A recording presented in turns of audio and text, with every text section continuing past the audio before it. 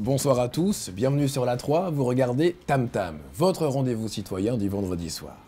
Certains sujets déchaînent tant les passions qu'il devient difficile d'en parler sereinement, sans se faire immédiatement ranger par certaines et certains dans de petites boîtes odorantes avec une étiquette dessus. Ce soir dans Tam Tam, vaste programme. Nous aimerions vous parler de féminisme et de religion. Nous en parlerons sereinement autour du féminisme musulman. Les mondes médiatiques, politiques ou associatifs parlent souvent de sexisme et de racisme comme de deux notions séparées. Pourtant, il existe des personnes qui souffrent de l'un comme de l'autre, les femmes issues de minorités. Féminisme, un combat commun, c'est le titre du court-métrage qu'on vous propose de découvrir ce soir sur la 3 grâce à Bipax, le CCIB et Xara.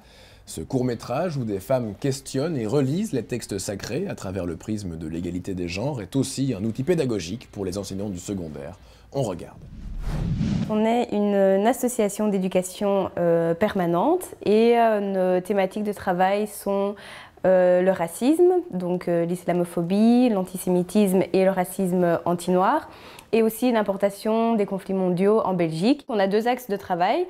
On a un axe formation-animation, donc on fait des formations autour de ces sujets auprès de travailleurs sociaux, d'enseignants. À côté de ça, on a un axe plus de production de contenu théorique, c'est-à-dire qu'on fait des études et on produit aussi des analyses. Donc les analyses, c'est plutôt comme des articles qui vulgarisent en fait certains sujets toujours liés au racisme. Et ici, la capsule vidéo, donc un combat commun, est un outil donc pédagogique qui met en avant la nécessité d'inclure toutes les femmes dans les luttes féministes et les luttes antiracistes. Et donc cette vidéo, on s'en sert donc lors de nos formations vraiment comme un outil pédagogique pour mettre en avant la parole des femmes qu'on entend moins. L'intérêt du projet résidait réellement dans une rencontre entre des femmes d'horizons divers. Il s'agit d'une rencontre intergénérationnelle, interculturelle, interreligieuse, mais également une rencontre entre des femmes qui croient et qui ne croient pas. Finalement, nous sommes arrivés à la conclusion que l'important, c'était la solidarité. Il est important effectivement de combattre le racisme par la solidarité, le capitalisme par la solidarité et le sexisme par la solidarité. Pourquoi? Parce que finalement, on ne peut pas considérer le racisme, le sexisme ou le capitalisme de manière isolée. Il s'agit vraiment d'un système où les dominations sont imbriquées entre elles. Et la conclusion à laquelle nous sommes venus, c'est le fait qu'il faut lutter contre toutes les dominations en même temps, sans hiérarchiser les luttes entre elles. Et donc les femmes se sont dit que quelle que soit notre orientation sexuelle, notre appartenance sexuelle, notre conviction philosophique ou religieuse, nos origines, notre âge, il était important avant tout de défendre l'égalité de droit et la justice. Et donc pour nous, pour un monde où règne la justice sociale, il était évidemment important de débattre entre nous et de voir comment nous pouvions prôner vers l'extérieur un féminisme inclusif, c'est-à-dire qui inclut toutes les femmes, quels que soient leurs horizons, leurs origines et autres, mais également un féminisme décolonial qui écoute les femmes issues des minorités. Un féminisme intersectionnel également, c'est-à-dire nous sommes vraiment dans une analyse intersectionnelle de la situation aujourd'hui. Et l'analyse intersectionnelle, c'est le fait qu'à l'intersection du capitalisme, du racisme et de la domination patriarcale, il y a des femmes. Il y a des femmes qui sont à la marge, à qui on ne donne pas la parole. Et le projet avait cet intérêt également de redonner la parole à des femmes à qui on ne donnait plus la parole et dont on fantasmait justement les objectifs.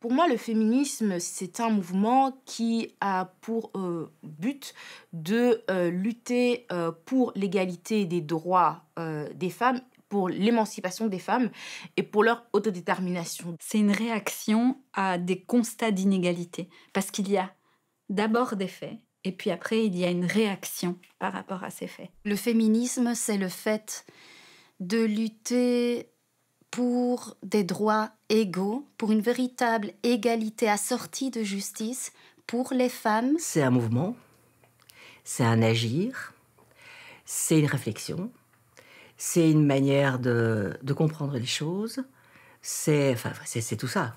Enfin, pour schématiser, je dirais, c'est à la fois une pratique et une réflexion. Et d'ailleurs, je dirais au moment où le féminisme est la dernière vague, ou l'avant-dernière vague du féminisme s'est installée dans les années 70, c'était très très lié.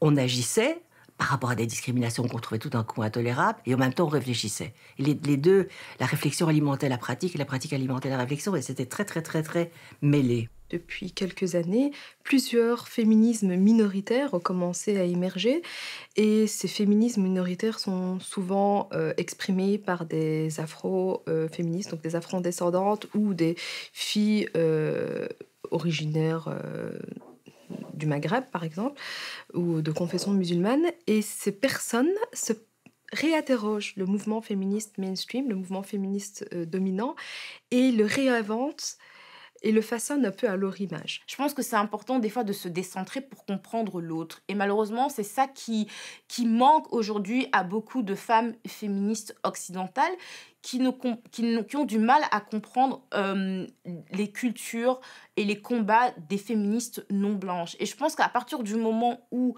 on sera dans cette logique de compréhension, comme j'ai dit, de décentrement, et qu'on arrivera à être dans un dialogue, alors à ce moment-là, on pourra lutter ensemble. L'objectif, il n'est pas d'imposer des normes et une manière de faire collective. L'objectif n'est pas de dire qu'il faut tout être féministe de la même façon. Pour moi, l'objectif, c'est de montrer l'éventail des possibles, qu'on peut être féministe et croyante, qu'on peut être féministe et athée, qu'on peut être féministe et femme au foyer, qu'on peut être féministe et à la tête d'une multinationale.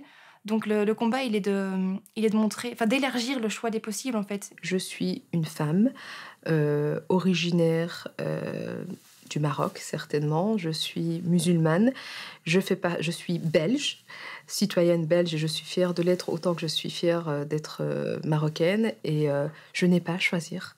Je suis ce que je suis et on doit faire avec ce que je suis. Donc, et surtout,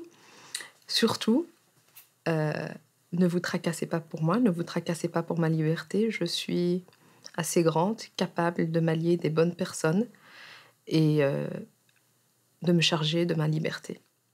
Nous n'avons pas besoin d'être sauvés. Nous n'avons pas besoin de votre pitié.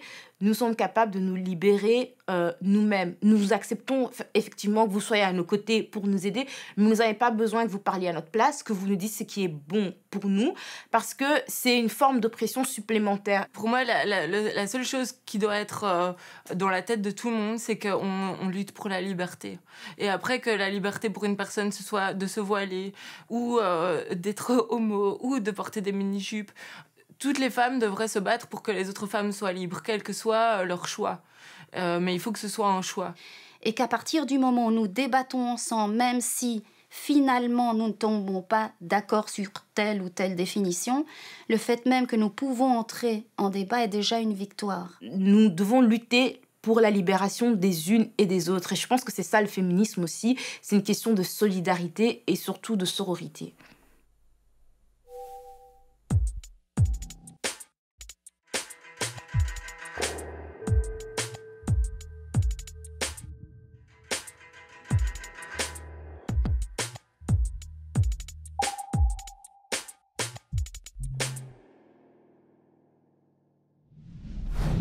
L'une des réussites du projet, c'est le fait que nous nous croisons encore sur les terrains de lutte contre les injustices et les inégalités. J'ai rencontré récemment, notamment Julie, j'ai rencontré Kamar également, j'en ai rencontré d'autres, Malika et autres, j'en passe. Nous nous sommes rencontrés dernièrement lors de la veillée pour la petite Maouda, qui malheureusement a perdu la vie, alors qu'il y a des murs aux frontières de l'Europe, et nous pouvons interroger notamment ces injustices. Nous pouvons interroger le fait qu'aujourd'hui, on dit que certaines personnes sont différentes et donc n'ont pas les mêmes droits que nous. Mais nous sommes toutes et tous égaux en dignité et en droit, et nous ne devons pas l'oublier. Et c'est là que nous rencontrons justement les personnes qui ont participé à ce projet et qui aujourd'hui participent à leur manière, suivant leur propre déclinaison, quelles que soient leurs convictions, orientation, appartenance sexuelle et autres, elles participent aux mêmes luttes que les miennes, via la solidarité. Merci beaucoup d'avoir regardé cette émission spéciale et cette production extérieure, Féminisme, un combat commun, que je vous propose de redécouvrir sur notre page Facebook ou notre chaîne YouTube, Télévision du Monde. La semaine prochaine, on se retrouve pour parler de biodiversité. La biodiversité, il faut la protéger. Rendez-vous la semaine prochaine, même jour, même heure, même chaîne.